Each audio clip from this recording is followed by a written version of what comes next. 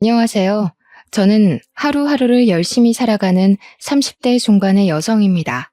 여러분은 여러분의 인생에 행운이 항상 가득하셨나요? 지금부터 제가 하는 행운에 대한 이야기가 누군가에겐 공감하지 못할 이야기일 수도 있겠네요. 지금은 행복한 삶을 살고 있지만 사실 저의 지나온 과거를 돌아보면 제게는 모든 운이 비껴갔어요. 그리고 인생에 있어서 제일 중요한 복이 부모 복이 아닐까 싶을 정도로 제 유년 시절은 고난의 연속이었습니다. 어릴 때 부모님이 일찍 이혼하셔서 엄마와 둘이 살았어요. 처음에는 여인숙을 전전하며 살아야 할 정도로 경제적으로 너무 어려웠죠. 이러다가는 안 되겠다 싶으셨는지 엄마는 친척들에게 돈을 빌려 식당을 차렸어요. 그리고 이른 아침부터 밤 늦게까지 식당을 운영하셨죠. 다행히 식당은 잘 됐지만 엄마가 저를 세세히 돌봐주실 마음의 여유는 없으셨어요. 그 덕에 저는 어릴 때부터 혼자였어요. 혼자서 밥을 먹고 혼자서 공부하고 밤에 혼자 있다가 잠이 들곤 했죠.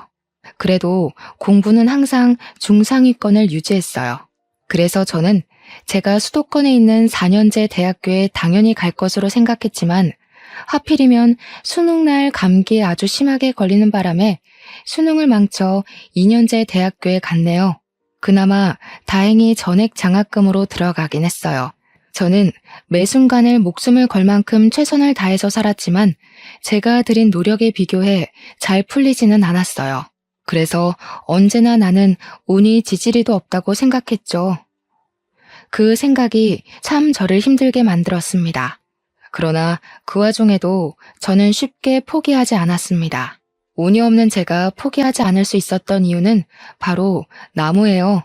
저는 어릴 때부터 나무를 정말 좋아했어요. 나무의 잎사귀만 봐도 이게 무슨 나무인지를 줄줄 말할 수 있을 정도여서 저의 어릴 때 별명이 나무 박사였어요.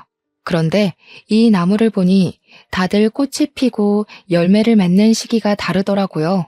그리고 꽃이 피고 열매 맺는 시기가 아닐 때는 볼품없던 나무들이 자신의 때가 되면 예쁜 꽃이 피고 먹기 좋은 열매를 맺는 모습을 보면서 나도 아직은 나의 시기가 아니지만 언젠가는 내 인생의 꽃이 반드시 필 것으로 생각하며 절대 포기하지 않았죠. 이러한 긍정적인 생각 때문인지 학교 졸업 후에는 그래도 잘 풀리는 것 같았어요. 친구들이 4년제 대학교를 졸업 후 회사를 구하지 못해 백수 생활을 할 때 저는 3년제 대학을 이미 졸업해서 이 친구들보다 훨씬 빨리 회사 생활을 할 수 있었어요. 회사도 대기업만큼은 아니어도 중소기업 중 월급도 충분히 먹고 살고도 한 달에 30만 원 정도는 저축할 수 있을 만큼 받았고 회사 동료들도 다들 너무 좋아서 재밌게 다녔어요. 그리고 이 회사에서 동료의 소개로 남편을 소개받기도 했죠. 남편은 중견기업의 대리로 연봉도 회사 복지도 엄청 좋았어요. 저는 직업도 안정적이고 성실한 남편의 모습에 반해 연애하고 결혼까지 결심했어요. 결혼을 준비하며 드디어 내 인생에도 꽃이 핀다고 생각했어요. 그러나 아직은 아니었죠. 결혼 준비를 하는데 시댁에서 저를 너무 싫어하는 거예요. 그 이유는 제가 바로 이혼한 가정에서 자랐기 때문이었죠. 시어머니는 이혼한 가정에서 제대로 가정교육이나 받고 자랐겠냐며 처음 인사를 하러 갈 때부터 좋게 보시지 않으셨어요. 그래도 엄마의 식당이 동네 사람들이 이름만 들어도 어디에 있는지 다 아는 정말 유명한 한식당이었고 하나뿐인 딸이 결혼한다고 엄마가 집까지 마련해 주셔서 결혼에 승낙하셨어요. 저는 엄마가 그동안 정말 많이 고생해서 모은 돈인데 그 돈으로 제가 살 집을 마련하지 말고 엄마의 노후를 위해 쓰시라고 했어요. 하지만 하나뿐인 딸이 결혼하는데 시댁에서 기죽지 말고 할 말 다 하며 당당하게 살라고 마련해 준다고 하시더라고요. 그러면서 사실 이 돈은 제가 대학교에 가면 쓰려고 모아둔 돈이었는데 대학을 전액 장학금을 받고 들어가고 생활비도 수학 과외 아르바이트로 스스로 벌어서 모은 돈을 쓸 일이 없었다며 그 돈으로 집을 마련해 주셨어요. 제가 대학을 3년제로 나오긴 했어도 학교 근처 엄마들 사이에서 수학을 정말 잘 가르친다고 소문이 자자했거든요. 그 덕에 학교를 다니는 3년 내내 명문대 학생들이 받는 만큼의 과외비를 받으며 생활했어요.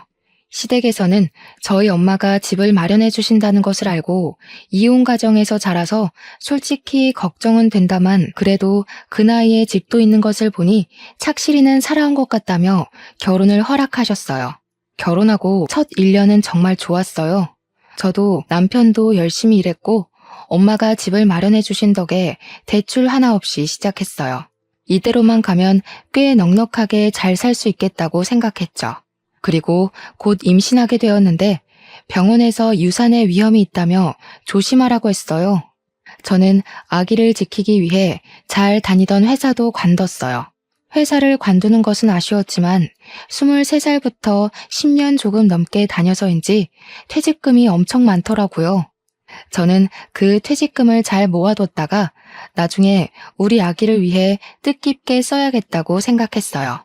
우리 아기는 어떤 모습일지 상상하며 하루하루를 설렘으로 살아가던 어느 날이었어요.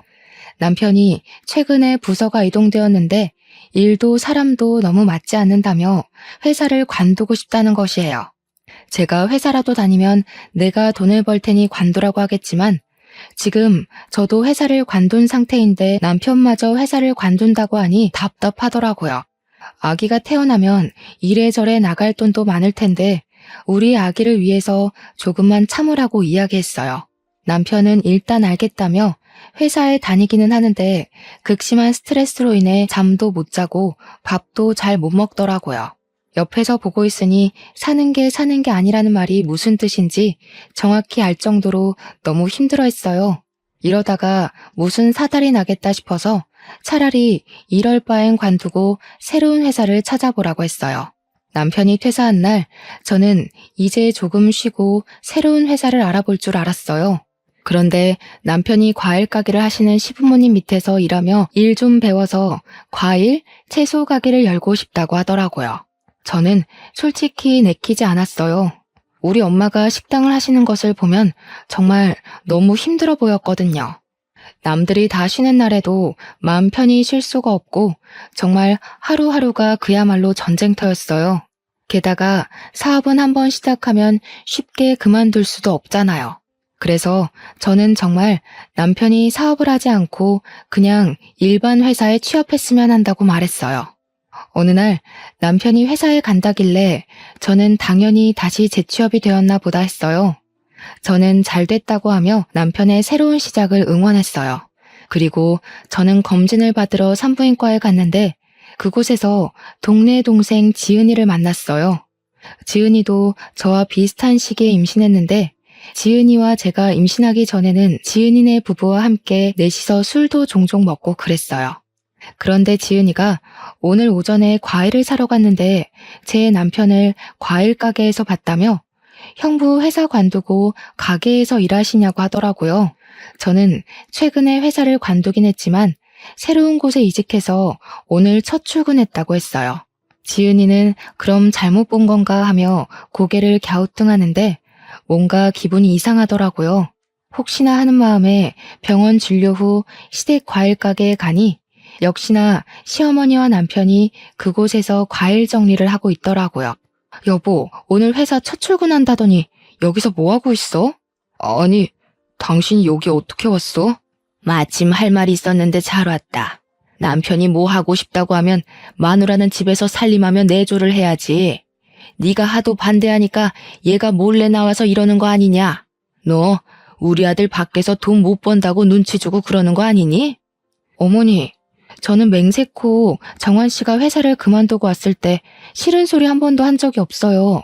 다만 정환 씨가 고생하며 사업을 하는 것보다는 회사에서 매달 정해진 월급 받으며 일하는 것이 더 편할 것 같아서 사업만은 하지 말라고 한 거였어요. 내가 그 말을 어떻게 믿니? 그래도 남편이 돈을 벌겠다고 해보겠다는데 마누라가 돼서 잘할 수 있게 도와주고 해야지. 예전에는 남편이 무슨 말을 하면 마누라는 그냥 네 하고 따라야 했다. 그래도 정환 씨가 눈에 빤히 보이는 힘든 길을 자처해서 가겠다는데 그래도 그냥 도와줘요? 그건 아니잖아요. 이거 말 대꾸 하는 거 봐. 이혼 가정이라 제 부모한테 보고 배운 게 없어서 뭘 알긴 알겠어. 말해봤자 내 입만 아프지. 어휴, 자식 팔자가 부모 팔자 따른다더니 우리 정한이가 팔자 사나운년 옆에서 평생 고생이나 하지 않을지 몰라. 시어머니가 이렇게 저에게 막말하는데 남편은 그 옆에 가만히 서 있기만 하더라고요. 저는 그래도 남편이 조금이라도 자기 엄마를 말릴 줄 알았거든요. 정말 벙어리처럼 아무 말도 하지 않는데 제 편을 들어주지 않아 답답하기도 하고 너무 미웠어요. 어머니께 방금 하신 말씀은 너무 하셨다고 사과해달라고 말하고 싶었지만 손님도 오시고 해서 저는 그냥 집에 왔네요. 제가 집에 도착하고 1시간 정도 지났으려나요? 남편이 퇴근하고 오더라고요. 남편은 오자마자 시부모님 밑에서 과일 장사하는 것을 배우고 하면 잘 될 것 같다며 요새 이 동네에 신축 아파트가 많이 생겼으니 그 아파트 단지 내 상점에 들어가고 싶다고 하더라고요.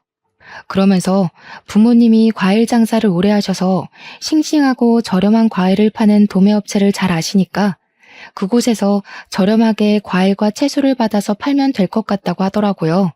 그래도 저는 남편이 사업보다는 회사에 다녔으면 했어요.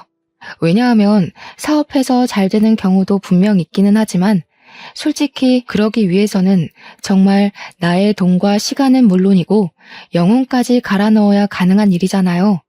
솔직히 저희 엄마도 뼈가 빠지게 일하셔서 식당을 그만큼 성공시킨 것이거든요.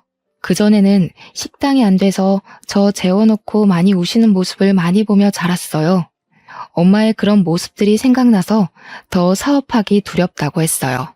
남편은 그런 저의 걱정을 아는지 모르는지 그래도 자신은 무조건 사업을 하고 싶다고 밀어붙이더라고요. 저는 이 부분은 조금 더 생각해보자고 말했어요. 그리고 아까 과일 가게에서 시어머니가 하신 말씀들 너무하신 거 아니냐고 했어요. 아까는 손님들도 오시고 해서 그냥 갔는데 어머니께서 또 그런 식으로 말씀하시면 그때는 정말 참지 못할 것 같다고 이야기했죠. 그랬더니 남편이 그렇지 않아도 너무 심한 것 같아 엄마에게 잘 말씀드렸고 앞으로는 절대 그럴 일 없을 것이라고 미안하다고 하더라고요. 저는 그렇게 말하는 남편의 말을 바보처럼 철석같이 믿었네요.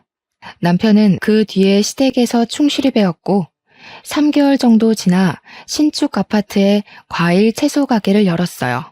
신축 아파트라 아직 근처에 가게가 없던 터라 동네 엄마들이 생각보다 많이 방문하더라고요. 과일과 채소가 많이 신선했는지 입소문이 나기 시작했어요. 점점 손님이 많아져 남편 혼자 운영하기에는 너무 힘든 상황까지 이르렀죠. 남편은 매일 피곤함에 찌들어서 퇴근했으나 아직은 사업 초기라 아르바이트생을 고용하기에는 조금 부담이 되는 상황이었어요. 하루는 남편이 시어머니와 통화를 하면서 퇴근을 하더라고요. 남편은 집에 오자마자 제게 핸드폰을 주었어요. 너는 요새 집에서 뭐하고 사니? 네 남편은 너랑 아기 먹여 살리겠다고 저리 힘들게 일하는데 너는 뭐하고 있느냐 말이다. 어머니, 저도 집에 있기 답답하긴 한데 병원에서 지금 유산의 위험이 너무 크다고 절대 안정을 위하라고 해서 일단 집에만 있는 거예요. 우리 아기 지켜야 하잖아요. 하여튼 요새 젊은 것들은 나약해 빠져서 안 된다니까. 유산의 위험은 무슨? 너는 맨날 피곤한 정한이 보면서도 그런 이야기가 나오니? 젊은 사람이 집에만 있으면 더 아파. 좀 나가서 정한이 일도 돕고 해라. 알겠어? 시어머니는 남편은 일하는데 저만 집에 있는 것이 못마땅하셨는데 가게에 나가서 일 좀 도우라고 성하셨어요. 그러나 병원에서는 아직은 위험하니 집에서 최대한 움직이지 말고 안정을 취하라기에 어쩔 수 없이 저는 계속 집에 있었네요. 하루는 남편이 몸살이 심하게 왔어요. 아예 일어나지도 못하고 침대에 누워 끙끙 앓기만 하더라고요. 어쩔 수 없이 가게는 하루 쉬고 저는 남편에게 먹일 죽을 끓이고 있었어요. 그때가 아침 7시였는데 그 이른 시간부터 시어머니가 집에 오셨어요. 나왔다. 아휴, 우리 집 아들 자기 마누라 먹여 살린다고 그리 고생하더니 이렇게 알아 누웠네. 알아 누웠어. 예, 정환이 뭐 좀 먹였니? 지금 밥을 먹을 상태가 아닌 것 같아서 죽 끓이고 있었어요.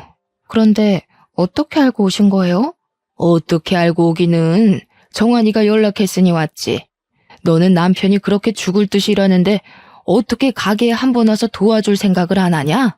저는 애도 아니고 부인도 있는 사람이 아프다고 엄마에게 연락해서 아침 대바람부터 시어머니를 이 집에 오시게 한 남편이 정말 미웠어요. 하지만 아파서 누워있으니 뭐라고 할 수도 없고 그냥 꾹 참았죠. 그렇지 않아도 기분이 좋지 않은데 시어머니는 그런 저를 세워두고 막말을 하시기 시작했어요. 임신한 것이 유세도 아니고 야, 나는 말이야, 정환이 가졌을 때 집안일이고 밭일이고 다 했어. 심지어 치매 걸리신 시어머니가 업어달라고 하셔서 업기까지 했다. 그래도 난 멀쩡했는데 너는 어떻게 임신했다고 딱 그렇게 집에 누워만 있니? 정신 상태가 아주 굴러먹었어. 어머니, 저도 집에만 있기 답답해요. 그런데 의사 선생님이 유산의 위험이 있으니 되도록 회사도 다니지 말고 집에서 안정을 취하라는데 어떻게 해요? 얘 또 말대꾸하네. 너는 너네 엄마가 시어머니가 뭐라고 하면 바락바락 대들라고 가르치디? 이래서 이혼 가정에서 자란 것들은 안 돼. 맨날 부모가 싸워대는데 뭐 제대로 보고 배웠겠어? 아휴, 어쩌다가 저런 것이 내 귀한 아들의 짝이 돼서. 어머니, 아무리 그래도 너무하신 거 아니에요? 엄마, 자기야, 그만해. 아픈 사람 두고 지금 이게 뭐 하는 거야? 이번에는 정말 참기가 너무 힘들었지만 남편이 아파 누워있는데 저는 싸울 수가 없겠더라고요. 남편에게 뭐라도 먹여야겠다는 생각에 일단 부엌으로 가서 죽을 다시 끓였어요. 그런데 시어머니가 부엌으로 따라오시더니 냉장고 문을 벌컥 여시더라고요. 세상에, 집에서 살림은 하니? 어떻게 반찬이 이렇게 죄다 풀떼기야. 그리고 지금 몸살 난 애한테 야채죽이 뭐니 야채죽이. 전복이나 소고기 같은 영양가 좋은 음식을 팍팍 넣어서 끓여야 빨리 낫지. 아직 장을 보지 못해서 그래요. 우리 정환이 고기 좋아하니까 고기 같은 거는 떨어지기 전에 부지런히 사다 놔. 알겠니? 죽은 내가 전복죽으로 시켜주마. 네가 만든 죽은 네가 먹던지 버리든지 해라. 그 죽 먹고 어디 몸살이 났겠니? 시어머니는 죽을 끓이고 있는 제 옆에서 죽집에 전화해서 전복죽을 주문하셨어요. 아, 그리고 너 이제 임신한 지 한 5개월 됐지? 이제 좀 괜찮은 거 아니야? 정환이 다 나아서 가게에 출근하면 너도 따라 나와서 좀 도와라. 알겠니? 집에서 안정은 무슨. 그렇지 않아도 어제 병원에서 이제 안정기니 슬슬 운동을 하고 해서 가게에 나가려던 참이었어요. 정아 씨 괜찮아지면 같이 나가려고요. 그래, 처음으로 네가 내 말에 동의하는구나. 아무튼 정환이 전복죽 잘 먹이고 난 가게에 간다. 시어머니는 아침부터 제 속을 뒤집어 놓으시고는 가게로 떠나셨어요. 저는 어머니한테도 서운했지만 오늘도 어머니의 막말을 그저 듣기만 한 남편에게도 많이 서운했어요. 그래도 아프니 제 감정을 티내지 않고 전복죽을 먹이고 약도 먹이며 정성껏 보살펴줬어요. 어머니가 시켜주신 전복죽 탓이었는지 아니면 저의 간호 덕분이었는지는 모르겠지만 남편은 그날 저녁에 바로 몸이 괜찮아졌고 다음날 우리는 같이 가게에 출근했어요. 남편은 제게 일을 하나씩 알려주며 말로는 쉬엄쉬엄 하라고 했지만 자꾸 이것저것 시키더라고요. 저도 가게에 놀러 간 것은 아니기에 최선을 다해서 일했어요. 그렇게 남편을 따라 가게에서 일한 지 일주일이 지났어요. 가게에 있는데 뭔가 느낌이 이상하더라고요. 화장실에 가보니 출혈이 생각보다 심했어요. 저는 바로 병원으로 갔어요. 병원에서는 검진하더니 아기의 상태가 심각하다며 임신 종결을 해야겠다고 당장 입원하고 내일 바로 수술을 하라고 하더라고요. 그리고 다음날 저의 아기는 제 품에서 떠났어요. 수술 후 마취가 덜 깨서 정신없는 상태로 병실에 누워있는데 시어머니가 들어오셨어요. 너는 아이를 잘 지켜야지 유산을 시키냐? 너네 엄마는 지금 아기를 잃어버렸는데 안 오시고 뭐 하신다니? 엄마, 미진이 지금 막 수술실에서 와서 마취도 덜 깼어. 속상한 마음 알지만 그만해. 그리고 장모님은 식당에 예약 손님 있으시다고 내일 오신대. 그깟 식당일 뭐가 그리 중하다고 자기 딸이 남의 집 귀한 손주 잃어버렸는데 오지도 않는 게 말이 되니? 역시 이혼한 가정은 어쩔 수 없다니까. 엄마, 그만해. 뭐 미진이만 잘못해서 이렇나? 내가 미진이에게 일을 시켜서 그랬지. 솔직히 엄마가 미진이한테 가게에 가서 도우라고 했잖아. 그래서 일하다가 유산된 거지 뭐. 그니까 엄마도 나도 뭐라고 할 자격 없어. 어머, 너 얘랑 같이 살더니 너도 얘처럼 변하니? 생전하지 않던 말대꾸를 다 하고. 나는 너 임신 중에도 반 메고 할 것 다 했어. 가게 일 조금 도왔다고 유산한 게 말이 되니? 어머니, 제발 그만하세요. 정말 듣고 있기 너무 힘드네요. 뭘 그만해? 남의 집 귀한 손주 잃은 주제에 뭘 잘했다고 큰 소리야? 하여튼 누가 지 엄마 닮아서 팔자 사나운 년 아니랄까봐. 아유, 속상해서 여기 못 있겠다. 나 간다. 네 마누라 잘 병간호해라. 시어머니는 몸도 마음도 아픈 제게 굳이 막말을 퍼부으시고는 가셨어요. 남편은 엄마도 속상해서 그러신 거라며 저를 위로해 주었지만 이미 어머니의 말로 만신창이가 되어버린 저는 남편의 말이 하나도 들리지 않더라고요. 다음 날 아침 일찍부터 엄마가 식당 문을 닫고 오셨어요. 엄마는 유산도 출산과 같다며 친정에서 몸조리하자고 하셨어요. 남편도 집에 혼자 있는 것보다는 친정집에서 푹 쉬는 것이 좋겠다고 하더라고요. 그래서 병원에서 퇴원 후 저는 친정으로 갔어요. 그런데 제가 친정집에 가 있는 동안 남편 가게에 문제가 생겼어요. 남편이 저 없이 혼자서 일하다 보니 과일과 채소의 신선도를 이전만큼 꼼꼼히 체크를 하지 못해 신선하지 않은 과일과 채소를 팔게 되었어요. 동네 사람들 사이에서 처음에는 좋은 제품을 팔더니 점점 좋지 않은 제품을 판다는 소문이 퍼지게 되었어요. 제가 완전히 회복하고 집으로 돌아왔을 때는 이미 매출이 바닥을 치고 있었고 처음에 시작했을 때는 하나도 없던 빚이 점점 늘어났어요. 결국 우리는 가게 문을 닫을 수밖에 없었어요. 당장 고정 지출은 있고 돈이 필요한데 가만히 손을 놓고 있을 수는 없었어요. 그래서 남편에게 앞으로 우리가 어떻게 돈을 벌지 의논을 하려고 하는데 남편은 이제 막 사업 망한 사람 붙잡고 꼭 그런 얘기를 해야겠냐고 화를 내더라고요. 저는 좀 당황스럽긴 했지만 공들여서 열심히 준비한 사업이 망했으니 그 충격이 꽤 컸겠다 싶어서 미안하다고 했어요. 남편은 잠시 화를 사귀더니 한다는 소리가 우리 가게 옆에 배달만 하는 음식점이 잘 되던데 배달만 하는 음식점을 열고 싶다는 거예요. 그래서 제가 배달만 하는 음식점이라고 해도 돈이 있어야 할 것 아니냐고 했더니 장모님이 마련해 주신 이 집을 팔자고 하더라고요. 지금 집값이 많이 올라서 이 집을 팔면 돈이 꽤 나올 거라면서요. 우리 둘만 있으니 이 집 팔고 원룸으로 이사하고 집 판 돈에 이전에 내가 받은 퇴직금 보태서 다시 사업을 시작해보자는데 저는 이건 아니라고 더 나이 먹기 전에 회사에 들어가라고 했어요. 남편은 제 이야기를 듣고 문을 세게 닫고 방으로 들어가더라고요. 전 그런 남편을 굳이 말리지 않고 거실에 앉아 있었어요. 그런데 잠시 뒤 시어머니가 또 우리 집에 오셨어요. 남편이 방에 들어가 자기 엄마에게 우리가 싸운 이야기를 다 한 것 같았어요. 너는 어떻게 된 애가 남편이 뭐 좀 해보겠다는데 왜 사사건건 방해니? 정환이가 다른 사람 밑에 들어가서 일 못하겠다잖아. 아니면 네 남편 그냥 있게 네가 돈을 벌든가. 어머니가 원하는 대로 과일 가게 했잖아요. 결국엔 이렇게 망했어요. 그래서 빚 하나도 없던 저희가 빚더미에 앉았다고요. 지금 이 모습을 보고도 또 사업하라는 얘기가 나오세요? 그리고 사업은 땅 파서 해요.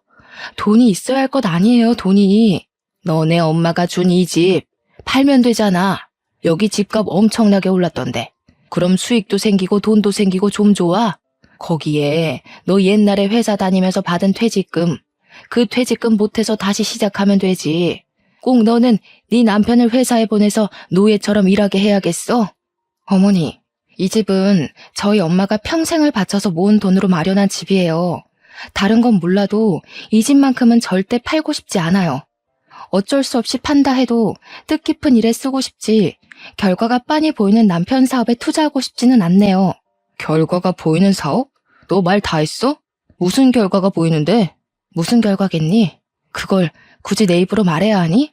그리고 제가 열심히 일해서 모은 퇴직금을 왜 어머니랑 남편이 내놓으라고 난리세요?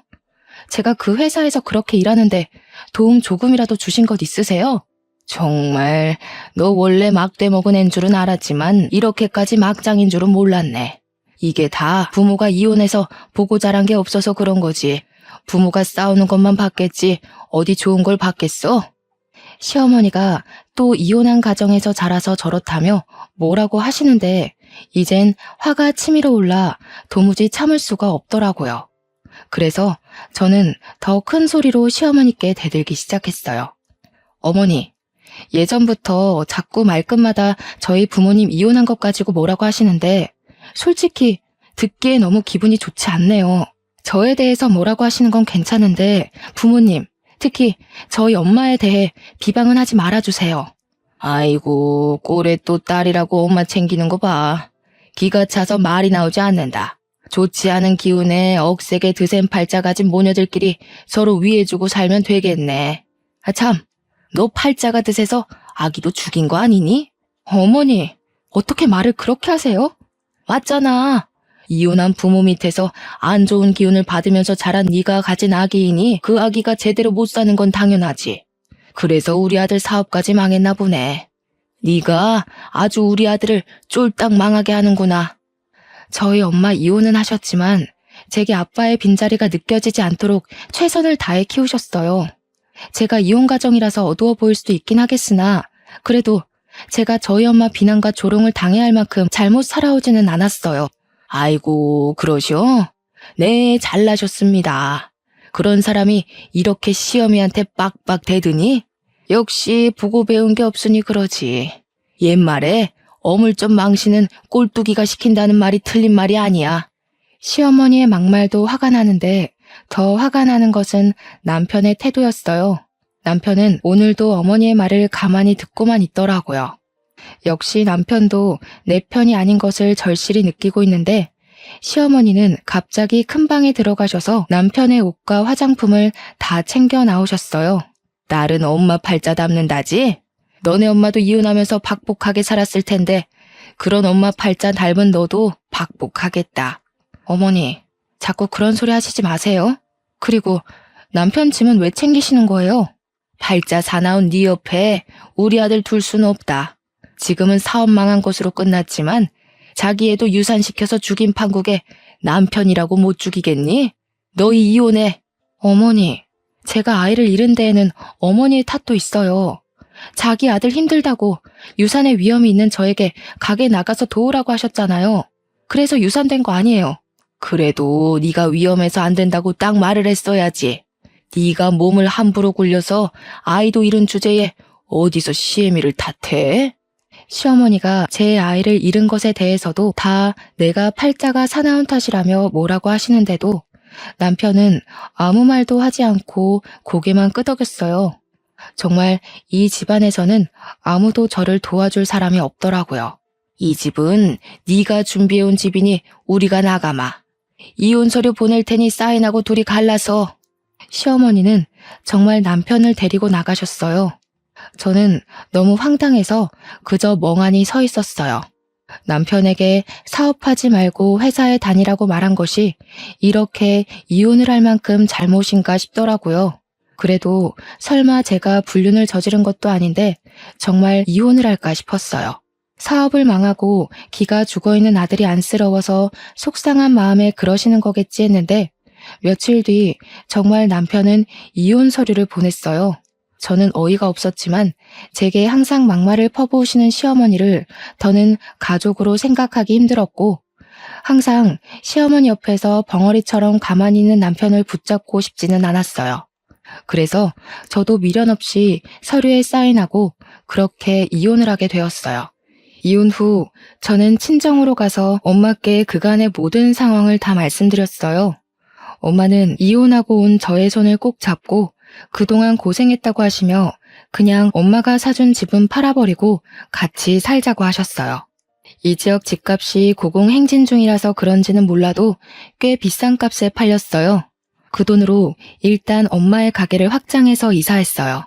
가게의 규모가 커지니 일손이 많이 부족해 오전에는 엄마의 가게에서 음식 손질하는 것을 도와드리고 오후에는 학원에서 수학 강사로 일했어요. 학원에서는 처음엔 학벌이 좋지 않아 절 채용하지 않으려 했지만 절실해 보이고 성실해 보여서 채용했다고 하시더라고요. 저는 원장 선생님의 기대에 부응하고자 다른 선생님들보다 더 일찍 출근하고 학생들도 정말 최선을 다해서 가르쳤어요. 학생들과도 돈독한 관계를 유지했고 제가 수학을 가르친 바는 성적이 꽤 많이 오르기도 했어요. 이렇게 저의 일에 만족감을 느끼며 열심히 일하던 어느 날 같이 일하는 선생님이 저에게 동영상을 하나 보여주며 이거 선생님 아니냐고 물어보더라고요. 보니까 제가 강의하고 있는 동영상이었고 댓글에는 정말 잘 가르치고 열정적인 이 시대의 참된 선생님이라는 글이 있었어요. 알고 보니 제 수업을 듣던 학생이 저의 동영상을 짧게 찍어 올린 것이었어요. 그 뒤로 제가 가르치는 학원 수강생은 급속도로 늘었고 그 학생들이 SNS의 수학은 당연히 잘 가르치고 삶의 지혜도 가르쳐주는 참된 스승님이라며 긍정적인 글을 더 써주어 저는 SNS에서 핫이슈가 되었어요.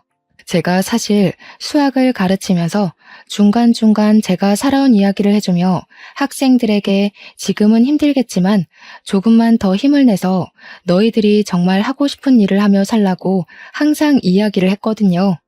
저의 제자들이 저처럼 모진 말을 듣고 힘든 일을 겪지 않았으면 하는 마음에서요. 저의 이러한 진심이 통했는지 학생들 사이에서 소문이 점점 더 퍼졌고 저는 더 바빠졌어요. 그리고 이제는 어지간한 회사원들보다 더 많은 돈을 벌 수 있었죠. 저는 정말 바빠졌지만 그래도 오전에는 매일 엄마의 식당 일을 도왔어요. 하루는 집에서 일어나 평소처럼 대충 머리를 묶고 집에서 입던 옷을 입고 엄마 식당에 일을 도우러 가는데 전 남편이 앞에 있는 거예요. 넌 꼴이 그게 뭐냐? 나랑 이혼하더니 백수 됐어? 그렇게 사업하지 말라고 내가 하는 일마다 회방 놓더니 꼴 좋다. 나는 그새 애인도 생겼는데 너는 아직도 이러고 살아? 안 됐다. 엄마 가게에 일하러 가는데 굳이 예쁘게 꾸미고 차려입을 필요 없어서 항상 씻지도 않고 대충 입고 갔거든요. 그런데 전 남편은 저의 이런 모습만 보고 저에게 백수라느니 하며 한심한 표정을 짓더라고요. 그래서 저는 제 지갑에 있던 저의 명함을 보여줬어요. 오, 수학 강사. 나름 사짜 직업이네. 그런데 수학 강사로 생활이 되나? 별로 돈 많이 안 된다던데. 저는 저를 무시해대는 전 남편에게 SNS에서 돌아다니는 저의 짧은 동영상 하나를 보여줬어요. 엄청나게 많은 학생 앞에서 여유롭게 강의하는 제 모습을 본 전 남편은 깜짝 놀라더라고요. 그때 근처에서 한 여성분이 전 남편의 이름을 부르며 다가왔어요. 바로 전 남편이 새로 만나고 있다는 애인이었죠. 그 여성분은 저를 빤히 보더니 저를 안다고 하더라고요. 전 남편이 어떻게 아느냐고 물으니 자기 동생이 학원 수강생인데 매일 저의 강의 영상을 보면서 집에서 복습하고 있다고 하더라고요. 그러면서 동생이 실력 좋으신 선생님으로 유명하신 분이라고 했다며 농담으로 앞으로 더 유명해질지 모르니 사인이라도 받아둬야 하는 거 아니냐며 웃더라고요. 전 남편은 제가 이렇게 유명해졌다는 사실을 알고 휘둥그레지며 헤어졌어요. 엄마의 가게에 도착해서 일을 돕는데 엄마가 재밌는 이야기를 하나 해주시겠다고 하더라고요. 사실 엄마의 식당이 너무 잘 돼서 2호점을 오픈할 생각으로 좋은 상가 자리를 찾고 계셨어요. 그래서 부동산에 식당할 자리를 구한다고 했더니 터가 아주 좋은 곳에 싸게 매물이 나왔다고 주소를 알려줬는데 시댁의 과일 가게 자리였대요. 엄마가 부동산 사장님께 여기 과일 가게였는데 왜 내놨냐고 물으니 건물주한테 쫓겨났다고 하는 거예요. 쫓겨난 이유는 과일 가게 주인인 전 시모가 이혼 가정에서 자란 제 욕을 그렇게 하고 다녔대요. 이혼한 부모 밑에서 자라 팔자 억세고 운도 지지리도 없는 년이랑 자기 아들이 결혼해서 하는 일마다 풀리지 않는다면서요. 그런데 그 소리를 들은 건물주가 너무 화가 나서 월세를 말도 안 되게 올리고 이 월세를 내지 못하자 가게를 빼라고 했다는 거예요. 알고 보니 이 건물주의 부모님이 가정폭력으로 이혼하시고 찢어지게 가난하게 사셨대요. 그래도 악착같이 돈 모아서 건물주가 되셨다고 하더라고요. 건물주는 꼭 그 이야기가 자신에게 하는 것 같다며 이혼 가정에서 힘들게 자랐을 며느리에게 도움은 못 될 망정 어떻게 그리 욕을 하냐고, 그런 인성이 나쁜 사람은 잘 되면 안 된다고 내보냈다는 거예요. 저는 엄마의 이야기를 들으며 뿌린 대로 거둔다는 말이 틀린 말이 아니라며 그렇게 저와 엄마를 무시하더니 잘 됐다고 했어요. 그날 오후 엄마는 잠깐 짬을 내서 전 시모의 과일 가게를 인수했고 그 뒤로 2호점 오픈 준비에 학원 강의까지 하루하루를 눈코 뜰 새 없이 바쁘게 보냈어요. 강의를 마치고 밤늦게 집으로 가는데 전 남편이 집 앞에 있는 거예요. 퇴근하는 저를 보더니 다시 같이 살자고 하대요. 저는 네가 만나는 애인은 어쩌고 나한테 와서 이러냐고 물으니 그때 걔는 예뻐서 만나긴 했는데 너무 무식하다고 하더라고요. 그러면서 저처럼 똑똑하고 현명한 여자를 만나고 싶다고 하더라고요.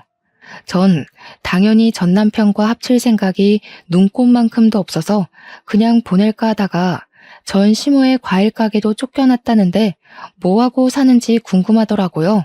물어보니 그냥 엄마 과일 가게가 망해서 지금은 회사 구하면서 막노동을 하고 있다는 거예요. 아휴, 그렇게 사업하고 싶다고 노래를 부르더니 결국 그렇게 됐어? 내가 넌 멍청하니까 사업하지 말고 진작에 회사 다니라고 했잖아. 진짜 100번은 말한 것 같은데? 그래도 난 너네 엄마 덕에 인생 폈지. 너 같은 머저리랑 이혼시켜줘서 그 뒤로 나는 인생이 아주 잘 풀리네. 뭐? 그 말은 내가 없어서 더 잘 됐다는 거야? 그럼! 너랑 이혼하고 그야말로 내 삶은 만사 형통이었어. 내가 이때까지 성공 못한 게 다 멍청하고 운이 지지리도 없는 널 만나서였던 것 같아. 어떻게 오랜만에 만나서 말을 그딴 식으로 해? 좀 좋게 말해줄 순 없어? 좋게? 너 내가 너네 엄마한테 무시당하고 막말 듣고 우리 엄마 이혼했다고 뭐라고 하실 때 너는 뭐 하고 있었어? 그러지 말라고 제대로 말려본 적 있어? 그 옆에서 그냥 다 듣고만 있었잖아. 그때 네가 가만히 듣고만 있지 않았어도 우리가 이러지는 않았을 거야. 그래도 나 엄마한테 너무 그러지 말라고 이야기했어. 난 내 나름대로 최선을 다했다고. 최선은 무슨? 너는 방관했겠지. 그거 아냐? 나 그때 너 벙어리인 줄 알았어. 말 못하는 벙어리. 그래도 네가 그때 가만히 있어줘서 나도 열받아서 너랑 결혼 생활 더 못하고 헤어지고 잘 됐으니 뭐 딱 좋네. 저의 비난과 조롱에 전 남편은 망연자실한 표정으로 제 앞에 서 있더라고요. 그 표정을 보니 정말 10년 묵은 채증이 내려가는 것처럼 아주 통쾌하고 고소하고 좋더라고요. 그리고 그런 남편에게 마지막 결정타를 한 방 더 날렸어요. 아, 그리고 너네 엄마 이혼 부모 밑에서 자란 나를 엄청나게 욕하고 다니시다가 건물주한테 쫓겨났다며? 사업이 망하기는 무슨, 쫓겨난 거지. 네가 그걸 어떻게 알아? 사실 너네가 쫓겨난 자리에 우리 엄마 식당 2호점 오픈해. 그 건물주가 그랬다고 하더라. 너네 엄마가 이혼 가정에서 힘들게 자랐을 며느리에게 힘이 돼주지는 못할 망정 욕하고 다니는 거 보면 인성이 아주 글러먹은 사람이라며. 그런 사람은 반드시 망하게 해야 한다던데? 뭐? 그럼 갑자기 건물주가 월세 올리고 못 내니까 나가라고 한 것도 다 그것 때문이었어? 그래, 너네 엄마의 그 말 때문에 그런 거였어. 몰랐니? 너네 엄마의 막말이 씨앗이 돼서 불행이 시작된 거지. 아, 그리고 건물주가 이 동네 건물주 대표더라고. 건물주가 이 동네 건물주들에게 너네 엄마에 대해 다 이야기한 것 같던데 가게를 쉽게 구할 수 있으려나 몰라? 전 남편은 한숨을 크게 내쉬더니 다리에 힘이 풀렸는지 주저앉으려고 하더라고요. 저는 넘어지려는 전 남편을 일단 잡아서 일으켰어요. 아이쿠, 넘어지면 안 되지. 그 멍청한 여자친구 불러줄까? 멍청한 너랑 한 세트처럼 너무 잘 맞을 것 같은데. 천생연분 아니냐? 멍청이 커플. 그리고 미안하지만 난 이미 만나는 남자가 있어. 꿈도 꿀 생각하지 말고 둘이 꼭 결혼까지 해주라. 특별히 축의금은 내가 1,000원 보내놓을게. 저는 전 남편에게 만나는 남자가 있다고 했지만 사실 없어요. 엄마 가게 일 도와드리고 학원 강사 일로 하루 24시간이 모자랄 정도이거든요. 그런데 있다고 하니 전 남편이 씩씩대면서 가는데 그 모습을 보며 깔깔거리며 웃어줬네요. 사실 전 남편과 어이없게 이혼하면서 할 말 제대로 하지 못한 것 같아서 아쉬웠거든요. 그러나 제가 아주 완벽히 잘 살고 있는 모습을 보여주며 최고의 복수를 한 것 같아서 기분이 너무 좋았어요. 드디어 내 인생에도 꽃이 피고 열매가 맺히는 것 같더라고요. 요새 시기가 시기인 만큼 다들 힘들고 어려우신 것 같아요. 제 주변만 봐도 그렇고요. 저 역시 그랬어요. 어릴 때는 걸핏하면 부모님이 큰 소리로 싸우셔서 항상 공포와 불안감에 살아야 했어요. 10대 때는 부모님이 이혼하셔서 항상 외롭고 경제적으로도 힘든 시기를 보내야 했어요. 20대가 되며 경제적인 어려움이 해결되며 잠시 행복해지나 싶더니 20대 후반에는 평생 제 편이 되었을 아이를 잃었고 이혼까지 겪어야 했죠. 저보다 성적이 낮았던 친구도 좋은 대학을 갔고 성격이 좋지 않았던 친구도 좋은 회사에 취업하고 좋은 남자를 만나 결혼도 잘하고 아이도 잘 낳아서 잘 키우더라고요. 제 주변 사람들은 다들 잘 나가는데 저만 항상 모든 일이 꼬였죠. 정말 그때는 세상이 나를 버린 것 같고 대결을 시작도 안 했는데 이미 진 패배자 같았어요. 그러나 그 힘들고 척박했던 삶 와중에도 포기하지 않고 노력한 결과 지금은 지역에서 수학 최고 인기 강사로 소문나 제가 좋아하는 일로 돈을 많이 벌면서 누구보다 행복하게 살고 있네요. 여러분도 지금 힘든 일이 있다면 절대 포기하지 마세요.